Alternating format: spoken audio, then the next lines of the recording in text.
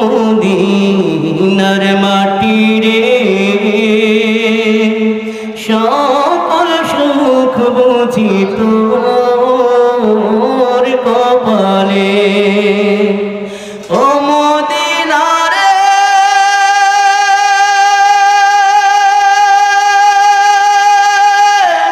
তোর বুকে মনে রবি যার লাগে পাগল সবই যার তোরে হইল সৃষ্টি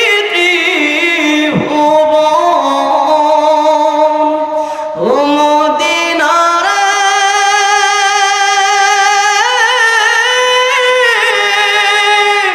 তোর বুকে মনে রবি যার লাগে পাগল সবই যার তোরে হইল সৃষ্টি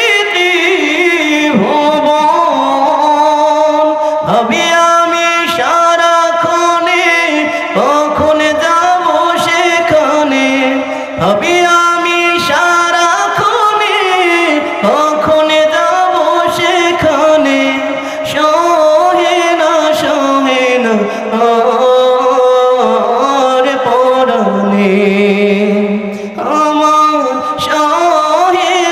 সহে না আর পরাণে ও মদিনার মাটি রে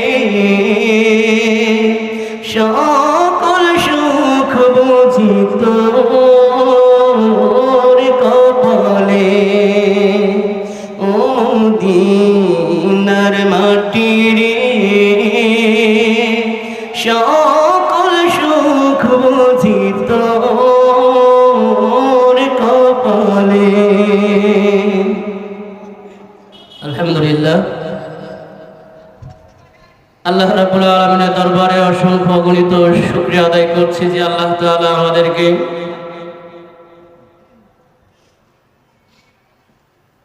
সারা বাংলার আলোড়ন সৃষ্টিকারী হযরত মাওলানা মুফতি মাজহারুল ইসলাম মাজহারি সাহেবের প্রতিষ্ঠিত মাদ্রাসা জামিয়া রওজাতুল উলুম কওমি মাদ্রাসা নরসিংদীর উদ্যোগে 2 দিন ব্যাপী ওয়াজ মাহফিলের আজকে প্রথম দিনে যে মহান মালিক আমাকে দিনে কিছু কথা বলার এবং আপনাদেরকে শোনার তৌফিক দান করেছেন, সেই মহান মালিকের দরবারে অন্তরের অন্তঃস্থল থেকে শুকরিয়া আদায় করছি আলহামদুলিল্লাহ। আমরা যেই মালিকের শুকরিয়া আদায় করলাম সেই মালিক সর্বশক্তিমান কিনা?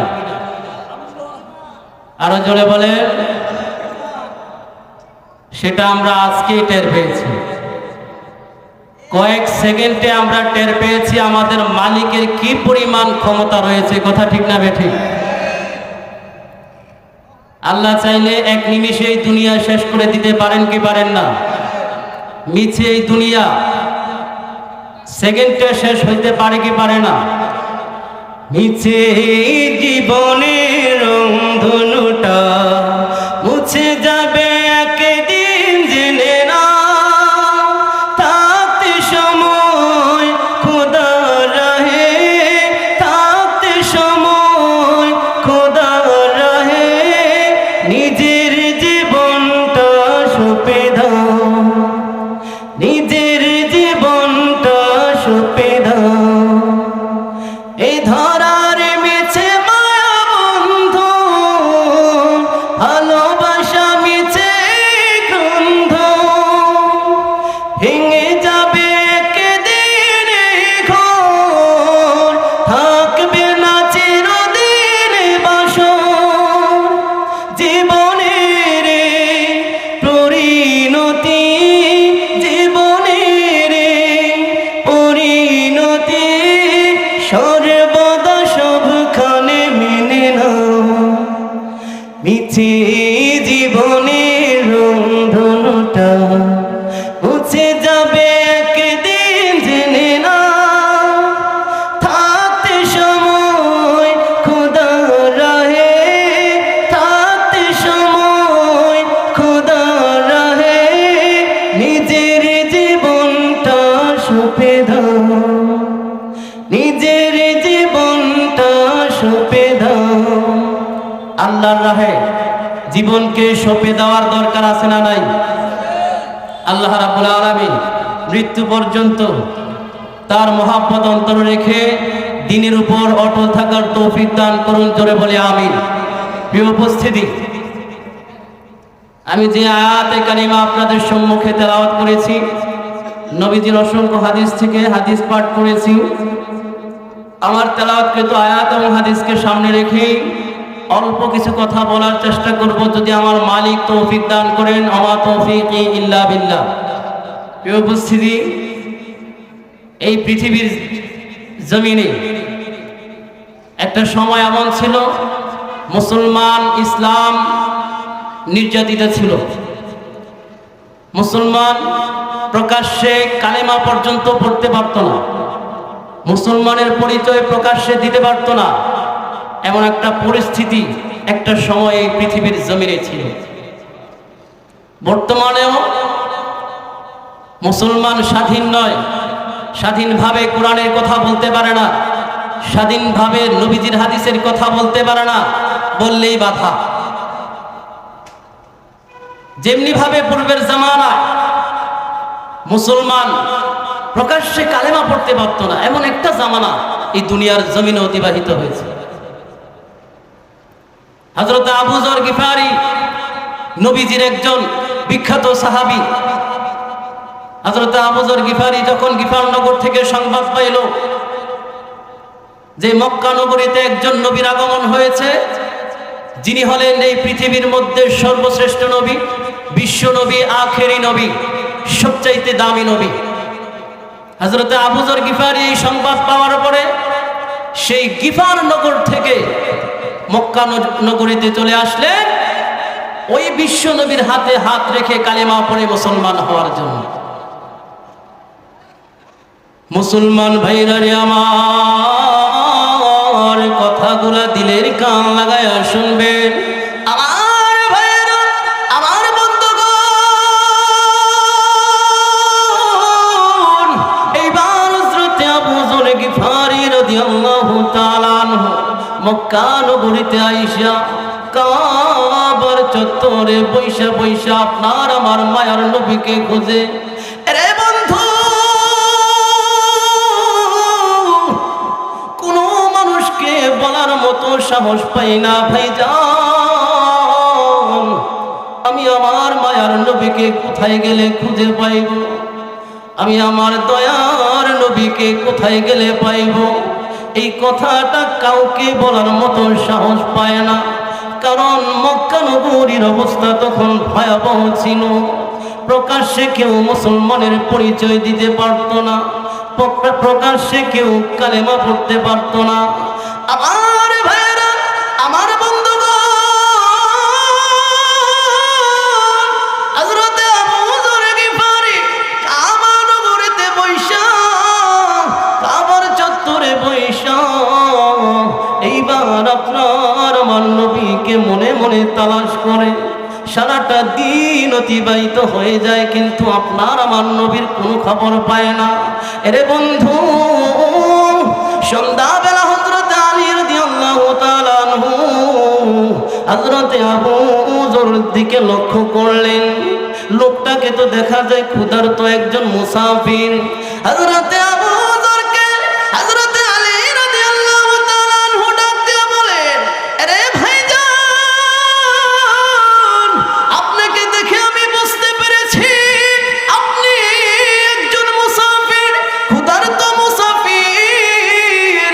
সারাদিন যাবত আপনি কিছু খান নাই, এই কাবার চত্বরে বৈশা বৈশা আপনি সময় কাটাইলেন।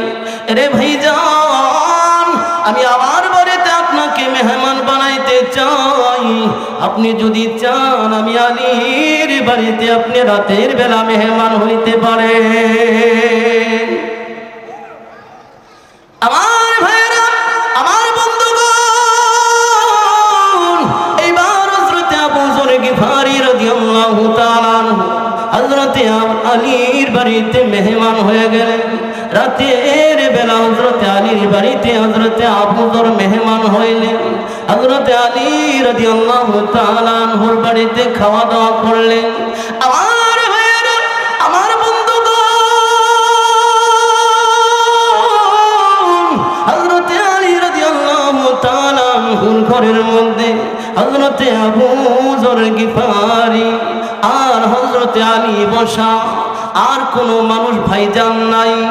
এরপরেও হযরত আবু যর গিফারি হযরতে আলী রাদিয়াল্লাহু তাআলা আনহুকে কোনো কিছু জিজ্ঞেস করে না। হযরতে আলী ও হযরতে আবু যরকে কোনো কিছু জিজ্ঞেস করে না। আরে বন্ধু, পরিস্থিতি এমন ভয়াবহ ছিল, একজন আরেকজনকে কোনো কিছু ঘরের মধ্যেও জিজ্ঞেস করতে পারে না, এমন ভয়াবহ পরিস্থিতি মক্কার ছিল। এইবার হযরতে আবু যর আবার কাবার চত্বরে চলে আসলেন। পরের দিন আবার কাবার চত্বরের দ্বিতীয় দিনও সারা দিন কাটায়া দিল। আপনার আমার মায়ার সন্ধান তিনি পাইলেন না। এবার হযরতে আলী হযরতে আবু যরকে ডাক দিয়ে বলেন, আরে ভাইজান, আজকেও তো দেখা যায় আপনি এই জায়গায় বসা। আজকেও যদি আপনি চান, আমি আলীর বাড়িতে আপনি আজকেও মেহমান হইতে পারেন। আপনি চাইলে আমার সঙ্গে চলে আসেন।